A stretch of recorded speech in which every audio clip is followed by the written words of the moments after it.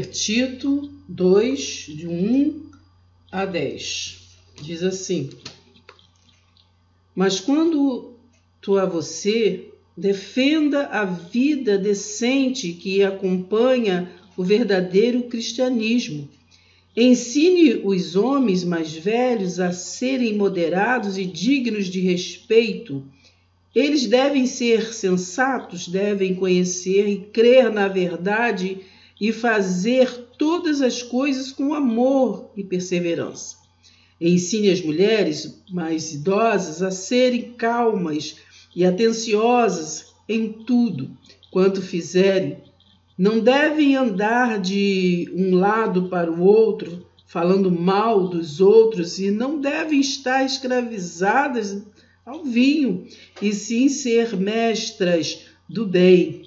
Essas mulheres mais idosas devem instruir as mulheres mais jovens a amarem seus maridos e seus filhos, e a serem sensatas e terem a mente pura, a estarem ocupadas em seus próprios lares, serem bondosas e obedientes ao marido, de maneira tal que a fé cristã não possa ser difamada por aqueles que as conhecem. Então, nós estamos aprendendo a ler a Bíblia como está escrito. É aquele tempo, né? Naquela ocasião, naquela cultura, né? Naquele tempo. Então, nós temos que ler a Bíblia, saber quem escreveu, para quem escreveu, por que escreveu, entender linguagem de figura, metáfora, símbolos, né? Nós temos que entender várias coisas para poder entender o que está escrito. No Tito 3, do 2 ao 11, diz assim. Vou ler do versículo 1. Tito 3, versículo 1 em diante.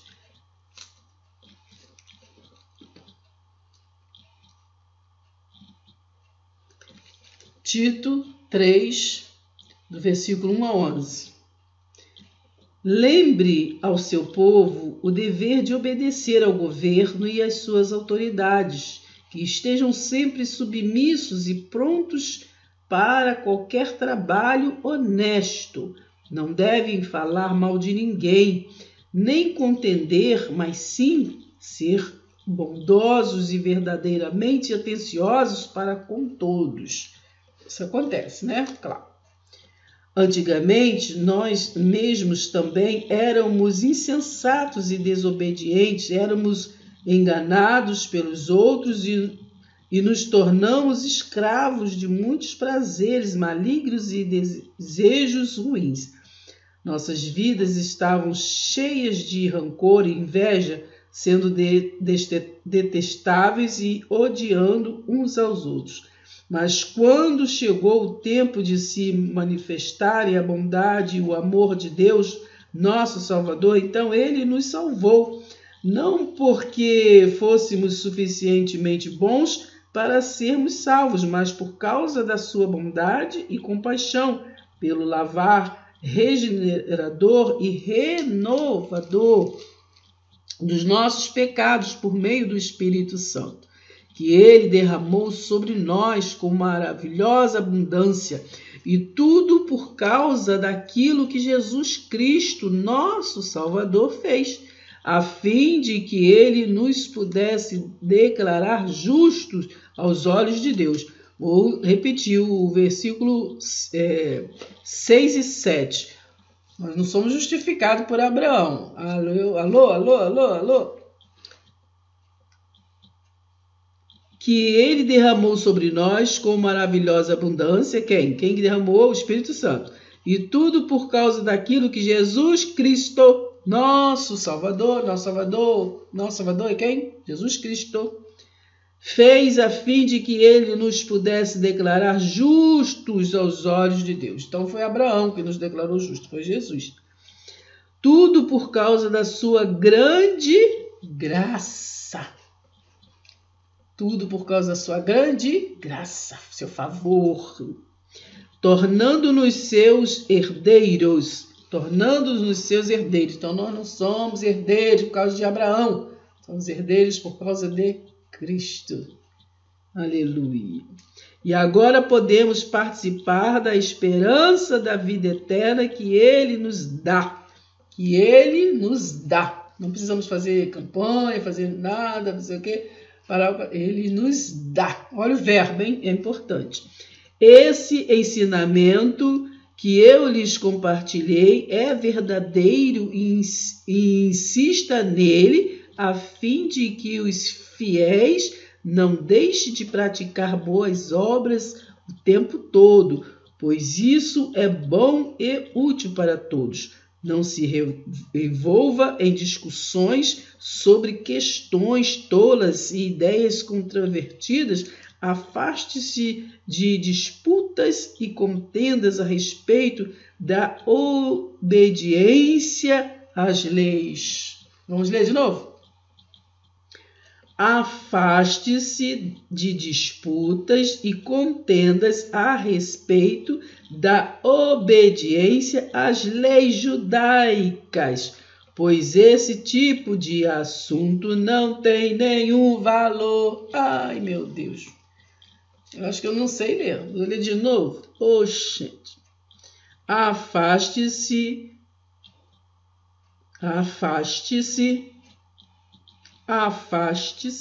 de disputas e contendas a respeito da obediência às leis judaicas, pois esse tipo de assunto não tem nenhum valor, só prejudica. Se alguém está provocando divisões entre vocês, devem ser-lhes feitas uma primeira e uma segunda advertência. Depois disso, cortem as relações com ele, pois tal pessoa tem um senso de valores errado, está pecando e por si mesma está condenada. Então, diga com quem tu andas, que eu direi quem tu és, não é verdade? Agora vamos ler aqui Efésios 4. Efésios 4 diz assim, vamos ler do 1 ao 16, para saber o que é a igreja. Eu lhes suplico como prisioneiro que serve o Senhor, que vivam e se comportem de maneira digna daqueles que foram escolhidos para receber bênçãos tão maravilhosas como essas. Sejam humildes e amáveis, sejam pacientes, tendo tolerância uns pelos outros por causa do amor entre vocês. Procurem de todas as formas conservar, por meio da paz que une vocês, a unidade que o Espírito dá. Nós somos todos membros de um só corpo, temos o mesmo Espírito e uma só esperança para a qual todos fomos chamados. Não está falando aqui que é só a casa verde, ou é só a casa vermelha, ou é só a casa azul. Não, é uma nação. Há um só Senhor, uma só fé, um só batismo, um só batismo. Nosso batismo está em Efésios 1:13. Um só Deus e Pai, o qual está sobre todos nós e em todos nós, agindo por meio de todos nós. Entretanto, Cristo concedeu aptidões especiais a cada um. Qualquer coisa que eles desejam que recebamos do seu rico depósito de dons. Aleluia.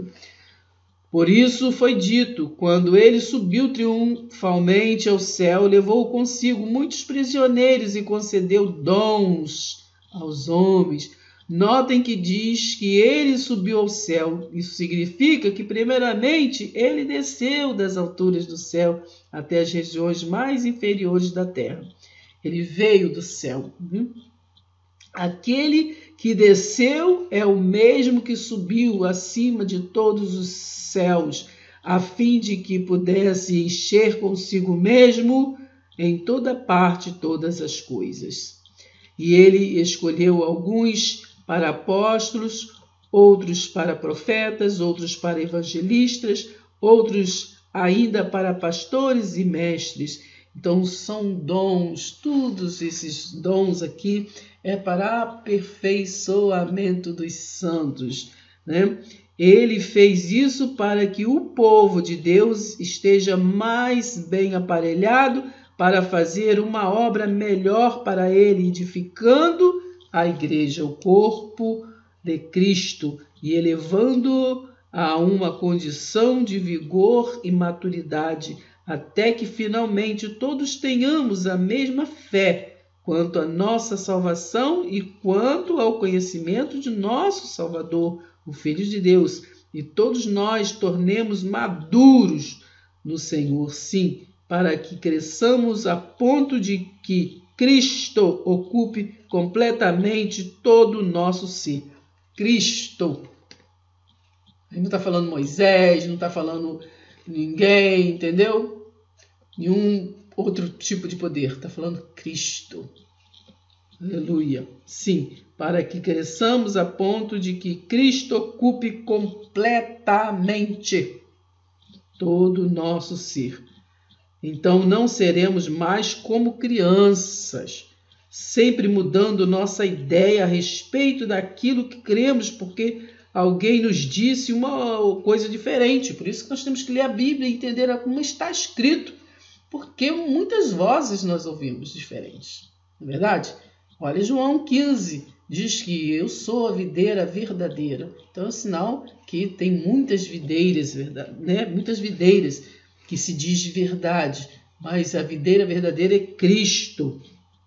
Então cremos porque alguém nos disse uma coisa diferente ou habilmente mentiu para nós e fez que a mentira soasse como verdade. Em vez disso, seguiremos com amor a verdade em todo o tempo, falando com verdade, tratando com verdade, vivendo em verdade. Olha, falando com verdade, tratando com verdade, vivendo em verdade. E assim nos tornaremos cada vez mais e de todas as maneiras semelhantes a Cristo, que é o cabeça do seu corpo, a igreja. Sob a direção dele, todo o corpo se ajusta perfeitamente. Cada um dos membros, em sua maneira particular, auxilia os outros membros de tal modo que todo o corpo seja saudável e cresça em amor.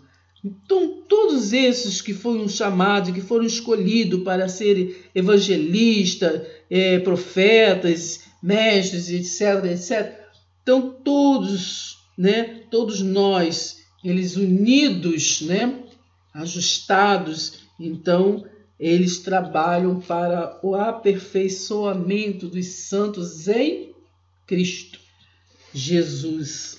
Amém? Então, vamos nessa fé, foco e oração, para nós perseverarmos na palavra de Deus, viva e eficaz e verdadeira. Amém?